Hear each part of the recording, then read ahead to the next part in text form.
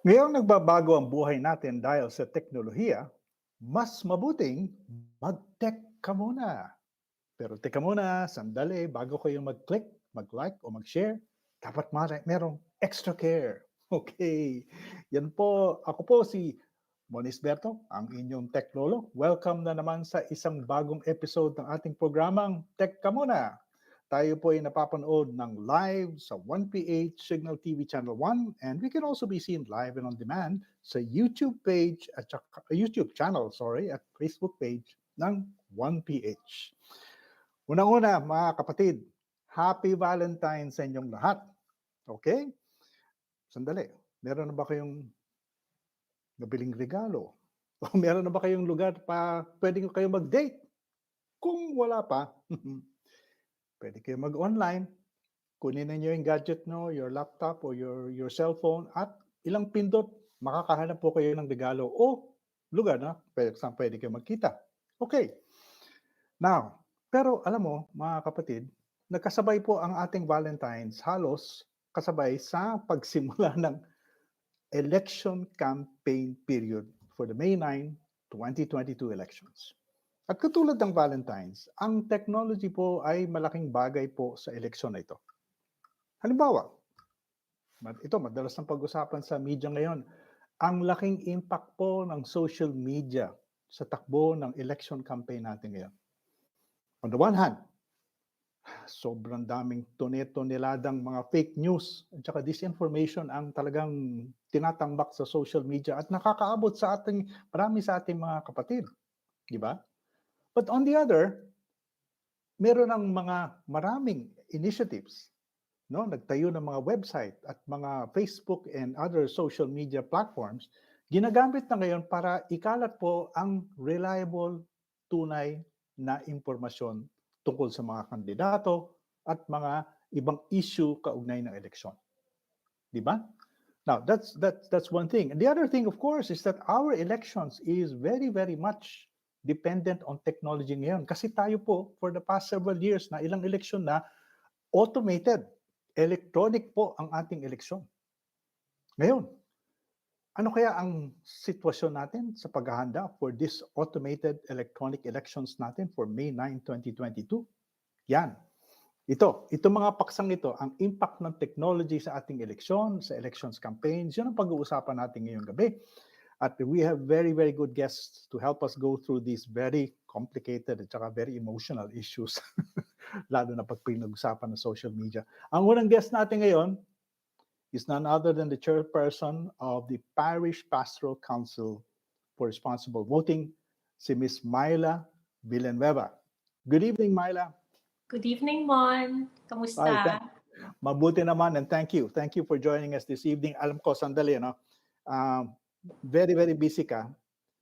So thank you. I really appreciate you taking this invitation. Before we start, Myla, let me explain, no? Mga kapatid, normally kasi yung mga questions natin for our guests, you send it towards the end of the program. But unfortunately, si Myla, meron pa siyang kompromiso ngayong gabi. Meron pa siyang kailangan ibang sikasuhin. So she can only be with us up to the middle of the program. So ang suggestion ko, kung meron kayong gustong itanong sa kanya, please start sending them as soon as you can. So we'll try to pitch it to her towards the end of her interview. Okay? Sige, Myla, let's start off. No? Alam ko maraming ginagawa ang PPCRV. Meron kayong voter education, no? Pero ang pinaka-importante ginagawa nyo, and that's where I want to start, is yung simultaneous count na ginagawa nyo doon sa count ng mga votes pagkatapos ng pagkakas ng votes sa mga tao. Kamusta ang preparations ninyo? Kasi medyo komplikado yung proseso eh. How is it now? 3 months away from the election date. Naku Mon, napaka-busy na po ng PPCRV and all over the country, we are already raising the awareness, especially for the young people to come volunteer. Mm. Kada eleksyon, ninanais natin na makaabot ng at least 500,000 volunteers, especially pag presidential election. So we're very much in the thick of things. And I'll step back a bit and let our viewers know, no, ano na ba yung nangyayari uh, sa ating elections as far as the COMELEC also is concerned, no? We Mm. know na nagpo-print na ang mga ballots sa Yes. National Printing Office. Oo. Alam natin, hinahanda na ang mga VCM, nandyan yan sa Santa Rosa. At Mhm. very soon, isi-ship na yan sa iba't ibang parte ng bansa. Ang Okay. ating mga volunteers sa PPCRV ay pinapanood po ang printing ng mga balota at Mhm. binibigyan din sila ng sariling paraan kung paano uh, print at saka dinidistribute yung mga materyales across the country. So sinasalubong din po ng ating PPCRV volunteers ang Mhm. mga materials, no? Including ballots and VCMs. Now, ang accreditation namin kasama din ng poll watching, which means this year, Mon, we have 107,000 precincts Wow. na up from mga 87,000 noong Oo nga. 2019, no? Yes. Because of the pandemic, syempre gusto din ng COMELEC mas konti or 800 voters lang per machine. That's right. Oo. So, That's right. Okay. dinamihan ang mga counting machines. Okay. So, Okay. ano ba yung role natin sa bantayan? Syempre, we are there in the polling precinct. Okay. Makita nyo yung mga volunteers natin, naka-PPCRV t-shirts, at Mm. pwede kayong humingi ng tulong kung paano hanapin ang presinto. Kasi ang mga kabataan, mas lalo gustong-gusto nila mag-volunteer sa Voters Assistance Desk. Okay. So, if you need to find your precinct, nakapaskil sa mga voting center, pero because of COVID, syempre, kakalat dapat ang informasyon. Meron din Voters Assistance Desk. And I think the COMELEC will be launching a precinct finder. So, sa mga botante natin, please, alamin nyo na yung presinto nyo bago pa kayo pumunta sa presinto. Oo nga, mahirap COVID yun. Pero time, may pandemya tayo. online ba yung precinct finder na gagawin ng Yes, COMELEC? they will Ah. launch it. Let's wait for the COMELEC to announce that. But Mhm. in general, we will be able to have 3 sources of our precincts. Yung mga nakapaskil sa voting center, and then we also have the Voters Assistance Desk and the precinct finder of the COMELEC. So, what happens is mag-uumpisa ang ating voting from 6 o'clock in the morning up to 7 in the evening. So they also increase the number of hours that we can vote, which is good, again, because of the pandemic situation we're in. Mhm. And if I can go to the parallel count na tinatanong mo, Yes. uh, Yes, yes. yeah, Can we go there? um, Kasi yun ang nakikita kong actually the single most important activity na ginagawa ninyo dito sa polling process na 'to, no? Can you yes. explain to our audience ano bang ginagawa niyo dun para mas maintindihan ng mga kababayan natin? Sige, at the end of the voting period, siguro to step back, you're a technology show, you wanna understand the technology. Yung VCM na yan, is supposed to send the information ng mga botante. Hmm. Yung balota nilang fini-fill up, kina-count yan, at tatlong Hmm. pinapadalahan ng VCM na yan. Merong server sa COMELEC, may server sa mga websites para you can see the results almost real time in the websites, at pinapadala sa PPCRV. Ang kasama Okay. po namin sa PPCRV ay ang kapisanan ng broadcasters ng Pilipinas, at dyan sa nakita niyong litrato sa command center natin, ay dyan natin tinatanggap ang datos mula sa transparency server. Pero Myla, Pero, at this can I intervene? Sabay-sabay pinapadala yan dun sa tatlo, sa COMELEC, tapos dun sa website, at saka sa inyo, oo. 'di ba? Yung website, Okay. tawag dyan, central server, at sa amin, transparency server. Okay. So, Can you imagine 107,000 pieces of Oo nga. equipment sending simultaneously through our telco network sa Hmm. tatlong servers na yan, no? So maganda naman at kumakalat yung information at you can compare, no, the servers. But meron pang isang way na nasisecure natin yung integridad ng ating election. Imagine naman, all of our volunteers picking up yung election return at the end of the evening. We will try our best to pick up 107,000 pieces of paper, yung Sus! ER na tinatawag natin na Ang election return. ang dami naman papel yun, Myla, Diyos Oo, ko. napakadami. Kaya nga Oh, hangang-hanga paano? ako sa mga volunteers natin. Can you imagine, no, Hmm. Mon? So, yung last election, I think Hmm. nakakuha kami ng 77,000 out of 87,000 Uy, precincts. not Mm-mm. bad, not Not bad. bad at all. Oh, So, meron pa nga ibang mga provincial municipality, 100% ang coverage nila. Talagang pride and joy nila pag nabuo nila yung lahat ng ER sa kanilang community. so anong So, silbi nun? Anong silbi nun, Myla? If you have oo. you have the electronic data in your servers, then Yes. kukunin niyo pa yung papel, yung election return. So anong gagawin niyo dun? Yes. Importante yung papel nun, Mon. Hmm. Kasi, alam mo, yung papel na yun nakukuha namin bago mag-transmit ang VCM sa tatlong servers na sinabi ko. Okay, okay. So, in essence, pagkuha namin, hindi pa nagtra-transmit yung makina, itong mga papel na to, pinapadala natin sa command center natin. Dati sa Pope Pius, ngayong 2022 sa University of the Philippines. Doon po, we have 300 volunteers a day na ine-encode naman ang resulta na nakikita nila sa ER. President, Vice Oh, President at mga okay, senators. okay. Meron po tayong software sa PPCRV na tinitignan kung yung ER results ay katumbas or kapareho ng electronic return na pinapadala ng VCM. So So, compare. oo, Oh, binabanggay ang datos na yan. So, ang ibig sabihin nun, talagang sinusumpo natin ang dagdag bawas, 'no?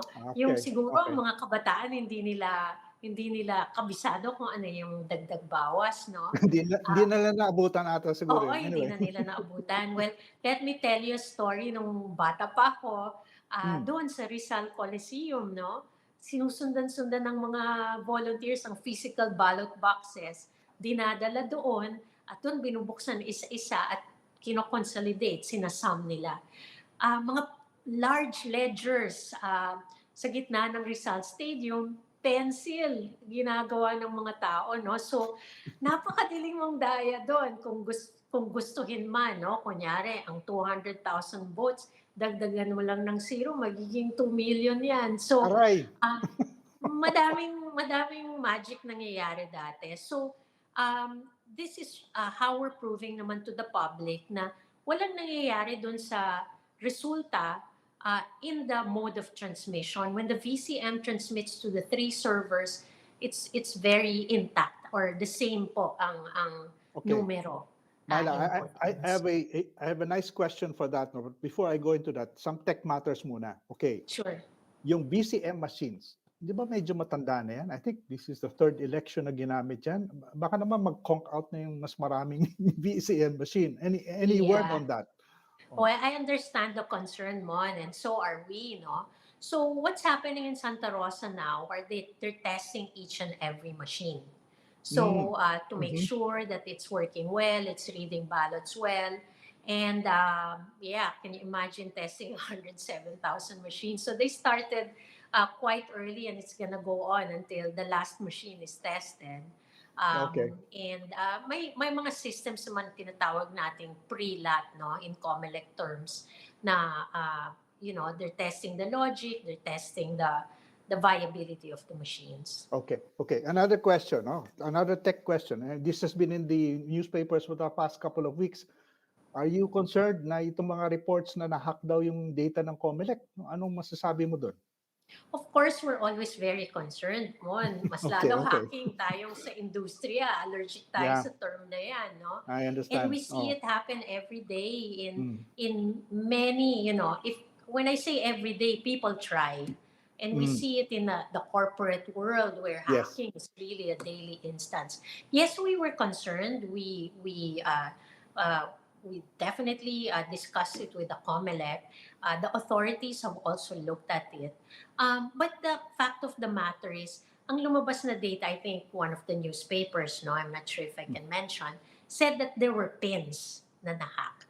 But the okay. truth of the matter is the 2022 election pins were not yet generated at that time. Okay, okay. Yeah, So so wala don't pa. worry, Okay. hindi yun na nangyari. O ito naman. Ito yung kaugnay dun sa sinabi mo kanina, Myla, no, na mas mahirap because of the automated electronic system. Maraming checks and balances, maraming electronic trail. Pero I just read a study, isang libro, that said nga, that because of automated elections, at mas mahirap nang lutuin, yung sinasabi mong dagdag bawas kanina, ang nangyari naman daw ay dumami naman ang vote buying. Okay? At lalo na ngayon, halimbawa, COMELEC officials have themselves expressed concerns na pwede na gamitin ang online payment, no? Para sa vote buying, no? What do you think about this? Are you concerned no? Na baka idadaan na lang sa telepono o sige, magkano ka? Yun, ganun na lang mangyari. What do you think? Well, I'd like to say anything electronic can be traced, no? So kung malakas ang loob Oh. ng mga vote buyer, someday baka pwede nating tingnan 'yan. And that's the beauty of the automated election. Anything that you try to do to the system, may Mhm. forensics, 'di ba? It leaves a trail, Mon. And one of the Mm. good things about our election system is there's a ballot. So, madaling ipagkumpara. Now, on the issue of vote buying, I always tell people to stop obsessing about the technology kasi binabantayan yan at binabantayan. Mm, Ang mm. talagang pag-isipan natin, bakit sobrang umiiral ang vote buying? And Okay. until now, why do people find themselves being able to sell the vote? Mm. Imagine, dangal mo yun eh. Parang, you know.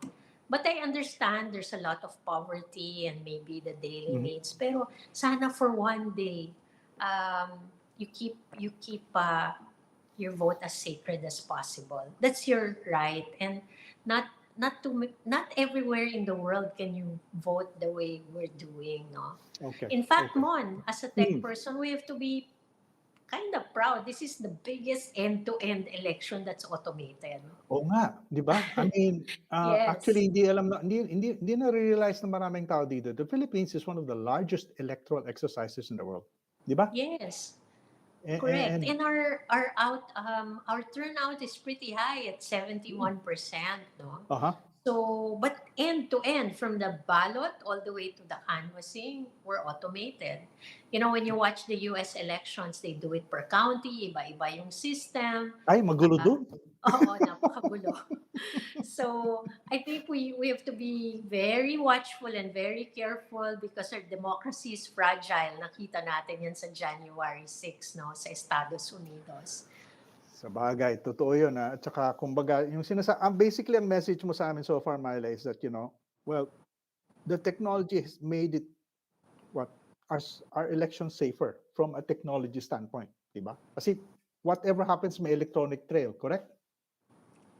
No? Yes, by and large, pati yung source code, Mhm. Mhm. tinignan natin yan, talagang reviewed, no, by experts. Okay. And we will find whatever it is because my logs.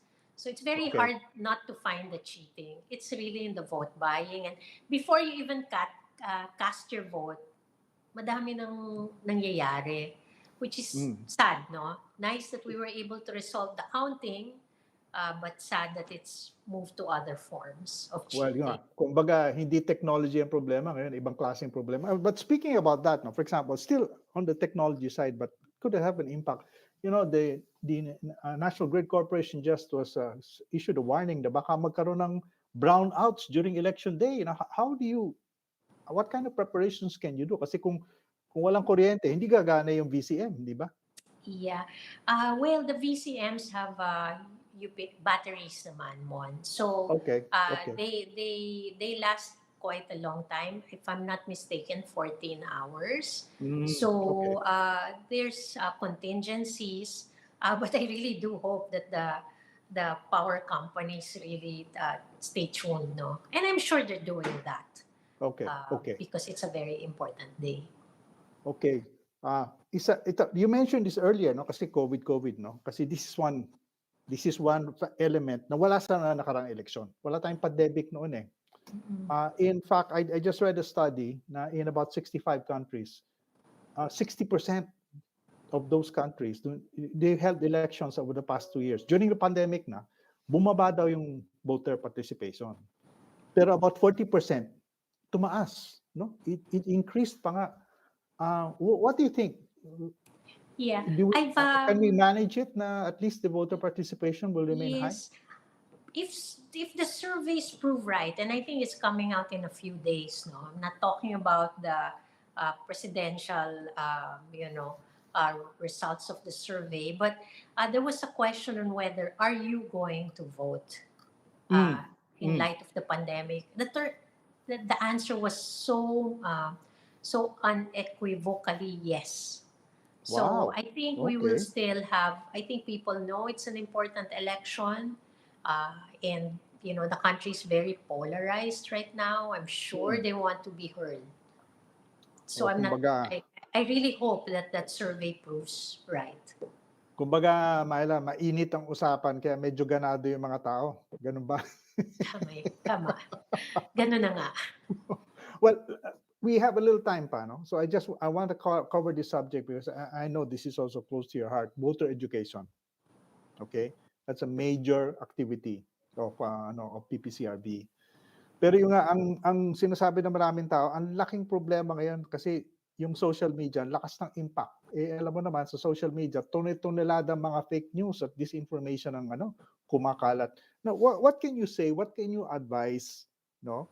People, lalo na yung mga kabataan. How should they, approach na itong election na ito at yung naririnig-rinig nila sa social media o nakikita nila mga video kung ano-ano sa TikTok, what can you advise them? Yes, Mon. I really wish that our first time voters, especially, and Mm, our young people, will take the time to study the candidates, not just through social media or through mm, posts of people they don't even know. Please go to trusted sources or mainstream media. And, I'm sure you have sources historically kung ano ba talagang ninanais ng kandidato. Also, listen to the debates, no? And hear it from them firsthand, what their plans are, what they have in mind for the country. But it's very important to go to sources and study your candidate, even outside of social media, because a lot of the people who post things there may be paid. I mean, the trolls are around, ever present. mm. And sana talaga mag-ingat ang ating mga botante and really care about the values that are truly espoused historically by their candidates, not just during election season. Okay, okay. Look at their records, kumbaga, no? Okay, now we're starting to get questions, Myla. Sige. This one is from Roderick Bautista. Ito, history lesson or history question. Pwede po ba i-explain kung ano nangyari daw sa glitch noong 2019? Remember that one, Myla? Yes, yes, So, absolutely. no, sa senatorial elections, may mga tao sa social media na nagsasabi na doon daw nangyari ang dayaan. Ano ba nangyari doon, 2019? Okay. Yes, sinuri natin ng talagang malalim yung issue na yan. Kasi ang tinamaan, di ba, Mon, in-explain ko kanina, may tatlong servers. Ang tinamaan po ng glitch ay ang transparency server, which is PPCRV at saka ang media natin. Mm, Ah, umiiral na yung mga resulta sa dalawang server yung sa atin tumirik.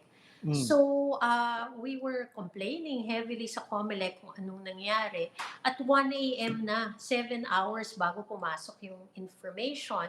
So, pretty much the country knew what was the result, no? So we demanded the logs from the COMELEC, and that's the beauty kasi yung log na yun parang diary nung records yun nung server. At the time it was happening while the glitch was happening. So we took a look at that, and we were able naman to pull the information from the two other servers. We matched it, and it matched. The timestamps matched Okay, sa okay. pagpasok ng data. So I want to assure the public that many experts, both from PPCRV, and we invited big names big minds in the industry to take a look at it. And the conclusion was there, nabulunan lang yung server Okay. in our language, parlance, no? Kailangan siguro Underpowered. kailangan lakihan siguro para hindi na masyadong mabulunan. Okay. Question Definitely. here from John Paul Alejandro. Hi ma'am, kayo rin ba po ang nagmo-monitor, excuse me, ng mga overseas votes kasi may mga issues sa mga past elections na claims about irregularities pero hindi naman daw na-approve. Yeah. Ah, Well, we try our best to monitor. As you can imagine, our resources are not global, no? mhm. So the overseas voters come a little later, and we do monitor, but we have very little, uh, presence around the world. So, but we do monitor. We do ask about results. We do ask about incidents, and there are some areas where we're there, but I'm afraid it's not everywhere. Okay, okay. Here's another question from Ronnie Sakoko. Ito siguro it's in a lot of people's minds. Paano na maintain yung mga vote counting machines? Kasi every 3 years lang siya nagagamit. Hindi kaya nasisira itong mga machines dahil nakatambak lang diyan sa warehouse pag walang eleksyon? Maayos naman ang warehouse. In fact, I want to encourage yung mga nagtatanong come volunteer with us kasi pumupunta naman tayo sa mga warehouses dyan. Nakikita natin kung paano nila ginagawa, kung masusi ba yung talagang pag-testing ng mga equipment. Hindi naman po lalabas ng warehouse without being tested. When it reaches also the field, may tinatawag na final testing and sealing, no? Binubuksan yan, yung mga makina, a day or two before the elections to test sample ballots na gumagana nga. But as in anything, the COMELEC has contingencies na extra machines, meron silang mga contingency plans, but we also have to balance between budget, no, and the necessity for new machines. If I had it my way, we could buy new machines every single time, but they're very expensive. We spend billions. So I'm all for trying to keep them and store them well, which at which COMELEC tries naman. Maayos naman yung kanilang warehouse. But as in Okay. anything, there's nothing perfect in technology, Mon. You and Yeah. I know that. But yung margin of error within 1% to 2% sa corporate world, no, of course, these are votes. So, sana Mm. 0%. Pero hindi may iwasan na technology yun eh. So, talagang may masisira at masisira. It's in the operational na gano'ng kabilis palitan. Oh, last quick question na lang, Myla, no? We touched on this already, but I think it's so important we should go back to it. Sabi nga nila mga experts dahil nga sa automated elections, mahirap mamandaya ng dagdag bawas. Vote buying na lang. Yung mukhang nangyari. Ano masasabi mo doon sa issue na yan, Myla? Just to wrap this up. Yeah, one, it's very disappointing, syempre, sa atin who work hard to ensure that our voters, can vote, no? So, napakasakit yon kung nalalaman natin na ang isang tao kayang ibenta ang kanyang boto. So, for the people who, again, are first-time voters and who are young, yung boto nyo will affect you for the next 6 years. Yung issue ng vote buying may be helpful today or tomorrow, but this is 6 years of your life. And it's really about the future and the future of our country. So I hope that to whoever, kung sino man ang nag-iisip ng ganyan, to pause, to pray, and to really realize na buhay niya yung tinataya niya, at saka yung dangal ng pagboto, no? So I really do hope that we keep the sanctity of our vote and our ballot in mind. Okay, sige. Myla Villanueva, Chairperson of PPCRB. Maraming salamat at saka okay, alam ko meron ka pang pupuntahan. Thank you very much again. Thank you, Mon. Thank you for having me. Have a good night. Oh, sige, maraming salamat mga kapatid. We will take a break. We'll be right back. Don't go away.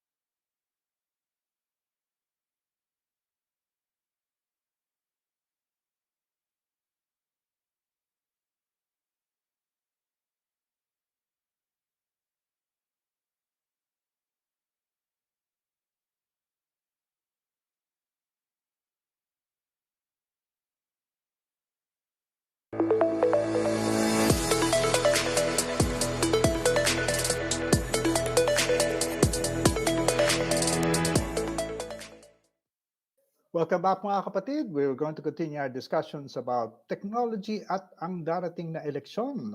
Anong epekto nito at anong pakinabang at mga panganib? Ang guest natin ngayon, very well positioned to discuss this. First, we have Attorney Con Hernandez Veloso. She is a community organizer ng Pinas Forward. Good evening, Attorney Con.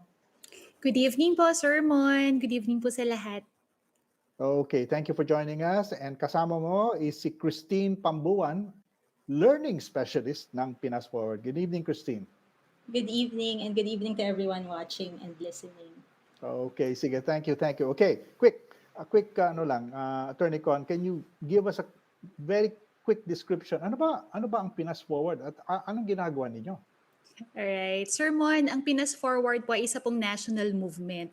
Kami po ay binubuo po ng mga young leaders and advocates na ang aming pong pangarap ay magkaroon po ng better Philippines, and we harness, of course, ang ating pong power of technology and connectivity. Tayo po ay diverse network. We have private companies, meron po tayong mga kasamahan ng academic institutions, meron po tayong mga NGOs, mga public and private, and meron din po tayong mga religious groups, and we also have partnerships with local government units. Okay. Sir Mon, we would like to emphasize that we are also non-partisan.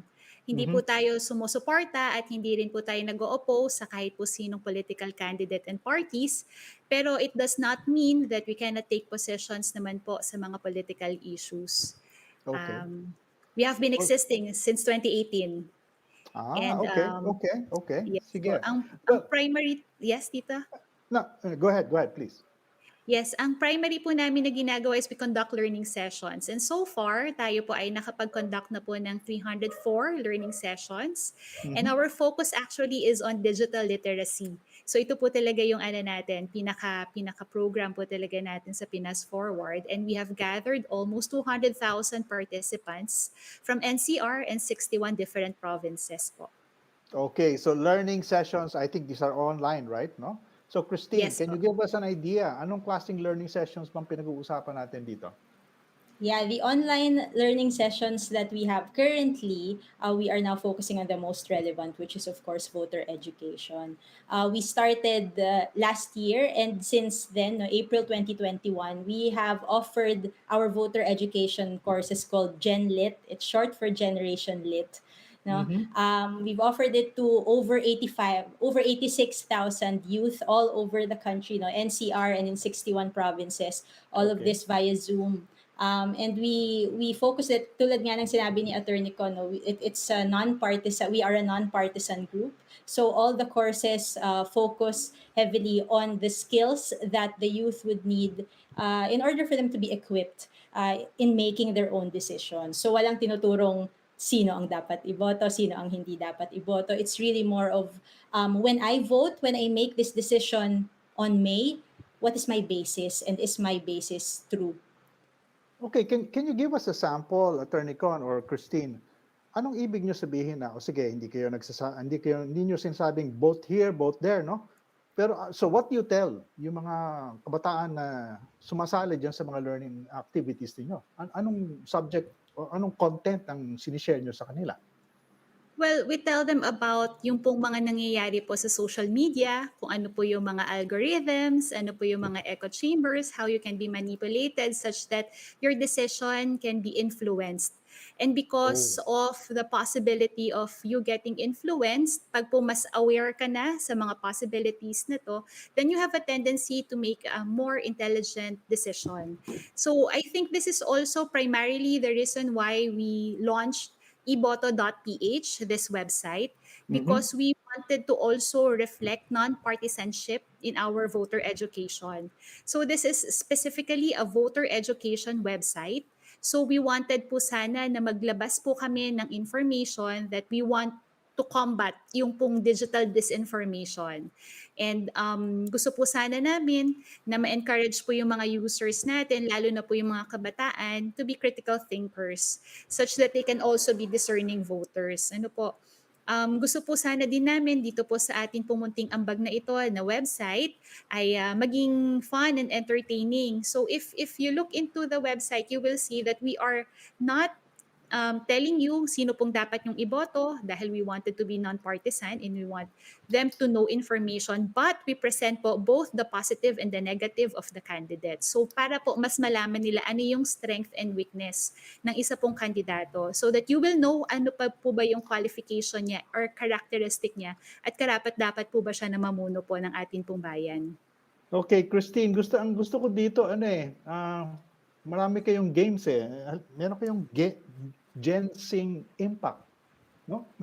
Yes, so we have games there for the registered users, no. So the users can sign up for an account on the website, and on top of the games, marami pang ibang features po na may enjoy, no. So we have, of course, what Attorney Con mentioned, the information on the candidates that we have. Ito po yung Know Your Candidato portion. The Know Yan, Your ito, Candidato. ito Ayan, yung ito. This is Genshin. Oh. Oh. Oo. So, kasi it's really catered to the youth. It's really catered to the youth sermon because they take up more than half of the population, of our voter Mhm. population. And our youth is also the generation na babad sa social media. You were talking about it with Miss Myla earlier. Yes. Imagine kaliwat kanan ang misinformation. So we want to be able to provide the youth, the young ones and the ones young, everyone naman, with the platform, with Buti the sinabi mo platform. yon, buti sinabi mo Oo, yon. lahat tayo ay welcome sa iboto. This is a platform for everyone to be able to get information in a more engaging and fun way, and hindi intimidating, lalo for the youth na, Okay, sandali lang, Christine, no? Game yeah, siya, no? Game siya. Pero this one. yung impormasyon niya, hindi siya game, ha? Totohanan siya. How, Correct, correct. how do you ensure that, unbiased din yung information na na nakasulat doon sa games na o yun sa mga formats na pinapakita nyo? Sinong gumagawa nun? Who collects the information?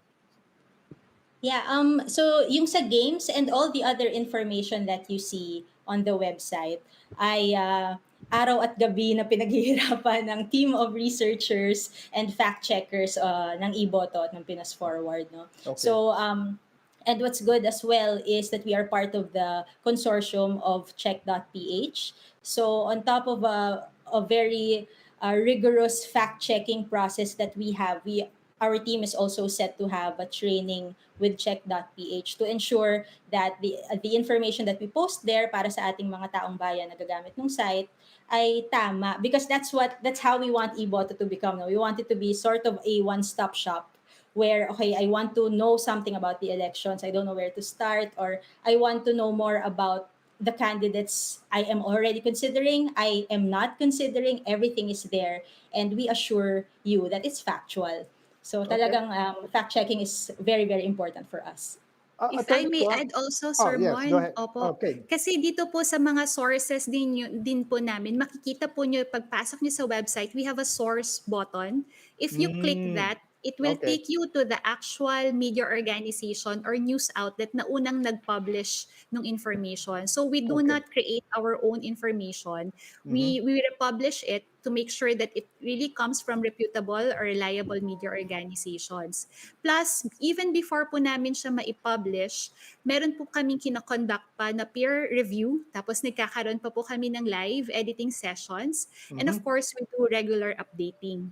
And one of the features also dito po sa atin to make sure that we are also being fact-checked by the public, because let's admit, di ba, Sir Mon, lahat naman po dapat tayo, nagpa-fact-check talaga tayo. It's everyone's duty. So we allow them to submit additional information to us as long as they are registered, and they can actually volunteer po as fake news layer. And then we maintain an open line of communication para po Okay. makapagbigay Okay. po sila sa amin ng information. So we could rectify also possible errors po. Okay, so Attorney Con at saka Christina, okay, sinasabi niyo seryoso yung impormasyon, pero presented in a fun way. Anong feedback are you getting from the kids? Lalo na, well, even the not so kids katulad ko. Anong feedback na nakukuha niyo dun sa mga taong pumupunta sa website niyo at saka sumasama dun sa yung mga online lectures or webinars niyo? What feedback are you getting, especially regarding the games, yung Genshin na yun? Christine, Yeah, we've ano, been Oh go yeah, ahead. sige po. So we've been getting a lot of positive feedback since we launched the website, no? We even in our Pinas Forward page, we get a lot of thank yous that a site like this existed. Kaya sobrang mas lalo kaming na-motivate to commit even more into giving information na factual. And also there are institutions who have already contacted Pinas Forward Mhm. to partner with them for their voter education initiatives in relation to Iboto. Kaya we're very happy, and we are even more motivated to continue with Iboto, with all the O initiatives that we've been doing. o sige, okay. Pero yung context nitong pinag-uusapan natin, Christine at saka Attorney Con, is kasi, di ba, maraming tao nagsasabi na napakaraming mga fake news na kumakalat sa social media at saka sa online, no? Pero nabanggit nga ito at ni Myla, no, in our earlier conversations, no. Ang problema diyan is really it's also a technology problem kasi the way social media is designed, it creates yung parang yung echo chamber effect, 'di ba? Yung kasi you keep hearing yung yung views ng mga tao na pareho yung point of view, no? So how Mhm. do you counter that? Ano bang pwedeng gawin sa ganung klaseng sitwasyon? And I ask this question in all seriousness because again, for the 6th year in the row, the Philippines is number 1 in terms of time spent on the internet and in social Yeah. media. According to this latest report, yung digital report, Filipinos spend 10 hours and 50 minutes on the internet, which includes over 4 hours on social media. Number 1 sa buong mundo, no? So kung yan ang environment natin, ano bang magagawa natin sa ganyang sitwasyon, no? What can you tell, especially young people? Kasi nga hindi nga nagbabasa ng dyaryo, hindi nanonood ng TV, nandun na lang nanonood ng YouTube at saka kung TikTok o kung ano-ano pa, di ba? Hindi Mm-mm. na nanonood ng TV, nandun na lang sa laptop o nasa sa cellphone. Kung ganyan ang information environment mo, what can we do? Right. Oo, before po, no, even without the internet, no, in the past, talagang human nature na natin to to select the ideas or the information that support our own. No? And then it's even more amplified now in social media. But to answer your question, what can you do? I'd have to echo also what Miss Myla said, that we really need to go outside. We need to go outside social media. We need to expand to expand yung ating pinagkukuhanan ng impormasyon, and really explore further. Kaya puntahan niyo yung iboto, iboto.ph, because it's really a conscious effort for everyone to be discerning, to go beyond social media, and find credible information. But also, at least kami po in Pinas Forward, we are also privileged to have this opportunity to share iboto within social media. So you can also find us in SOCMED. At sa ganung paraan ay mas maengganyo at mas ma-empower namin yung kabataan that to take a stand on certain issues also. This is the objective of iboto bukod sa pagbigay ng mahalagang impormasyon, to prepare our voters for the upcoming elections. We also want to empower the people to make decisions, not based on personality politics but on information. And it's easier when you go to sources such as iboto, and not just drown yourself sa mga naihahatid sa iyo ng iyong algorithms on social media. Okay, okay. Pero ang pinag-uusapan na natin dito, Christine, at saka Attorney Ko, parang it's the part of a larger subject na tinatawag na media literacy, no? Yung paano matuto na how to read the newspapers, how to read social media, so that you will understand, no? Hindi ba dapat tinuturo ito sa eskwelahan? Bakit hindi natin tinuturo ito sa eskwelahan? Because some countries are already doing it, di ba? What do you Yes, think, opo. Attorney Ko? I think it would be very nice po to include that in our curriculum. And actually po, Sir Mon, meron po kami mga nagiging kapartner na po sa Department of Education. And they Okay. actually ask us to do po ito pong digital literacy na ito sa kanila. So ito pong mga training programs po natin na ito na ibinibigay po natin sa kanila for free ay atin po nga inihahatid po sa kanila at atin po nga binibigay ng through the partnership with them. So we hope that we can integrate this in our curriculum. Well, kasi I've read up on this at sabi isa yung mga ibang bansa katulad halimbawa ng Finland at saka Denmark, tinuturoan grade school. Simula pa sa grade school, grade 1, grade 2. Tinuturuan na yung mga bata, oy, ganito ang nangyayari sa inyo pag nagpe-Facebook kayo o nag-Instagram o nagti-TikTok. Di ba dapat gawin din natin dito sa Pilipinas yan? Lalo na at Sana, number no? 1 in the world tayo. Right. Sana talaga, no. But right now, while it is not happening, no, we need to do what we can. That's why kagaya nga ng sabi ni Attorney Con earlier, we have been doing the voter education webinars, and then now we have iboto, of course, because we really need to push any chance we get to educate, we really need to take that. That's why even yung Genlit po namin, no, we don't limit it only to the youth. We also limit it. We also offer it rather to educators as well who join the sessions. And in fact, meron pang upcoming session with our mothers naman.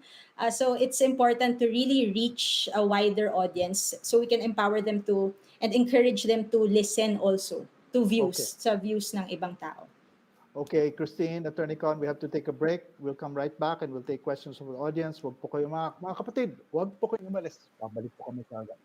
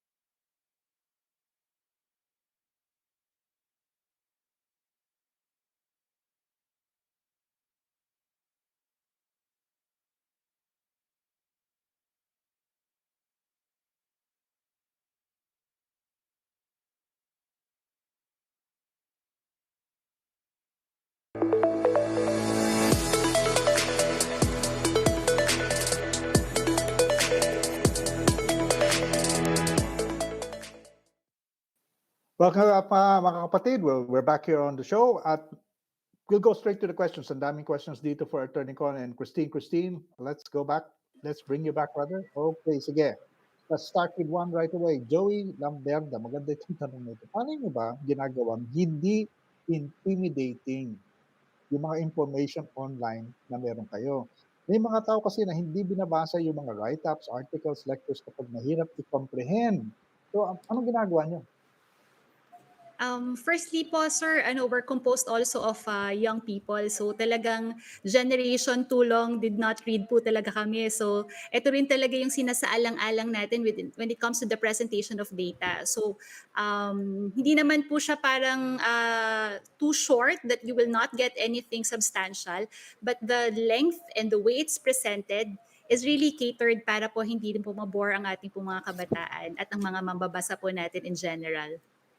Okay, I suggest to our viewers go to the eBoto website so you can see and test it out yourselves, di ba? Okay? Kay Gomez, Christine, sa Pilipinas rather, ano ba ang kadalasang basis ng pagboto ng mga kabataan? Ano yung hinahanap nila sa isang kandidato? Kasi po, mukhang mabenta ang mga kandidato na sumasayaw at kumakanta. Hehehe. Okay, sige, Christine, anong sagot Hihimayin mo ko dyan? yung question, no? Because her question is, but thank you for the question. Her question is kung ano ang basehan ng mga kabataan sa Mm. pagboto, no? Well, the good news is ang kabataan, mga first-time voters yan ngayon, and we believe that this group ng kabataan, the youth is a smart set of voters kasi mas babad na rin sila sa information online. But kung tungkol sa pagsasayaw at pagkakanta ng mga kandidato, I think it goes beyond that, no? Because the youth is more exposed on social media, the youth is bombarded with information left and right that we don't know kung totoo or hindi. And I think this is something that because the social media has become second nature to us mga kabataan, Mm. minsan ay hindi na tayo nagiging alerto dito at nagiging mapagmatsyag. And that's why we need to develop a certain level of discernment. And Ebot would like to help with that. No, Pinas Forward is also has a very strong advocacy on making sure that online disinformation is combated. Um, Okay. it's the internet that really influences the youth's decisions now. Okay, we have, I think, time for two more questions. I wanna finish this. Sige. This is from Jenna Cepeda. On voters education, ito parang may halong inis na itong tanong eh. Bakit ba may naniniwala pa rin sa fake news about some candidates kahit alam naman ng tao na mali? How do you answer a question like that?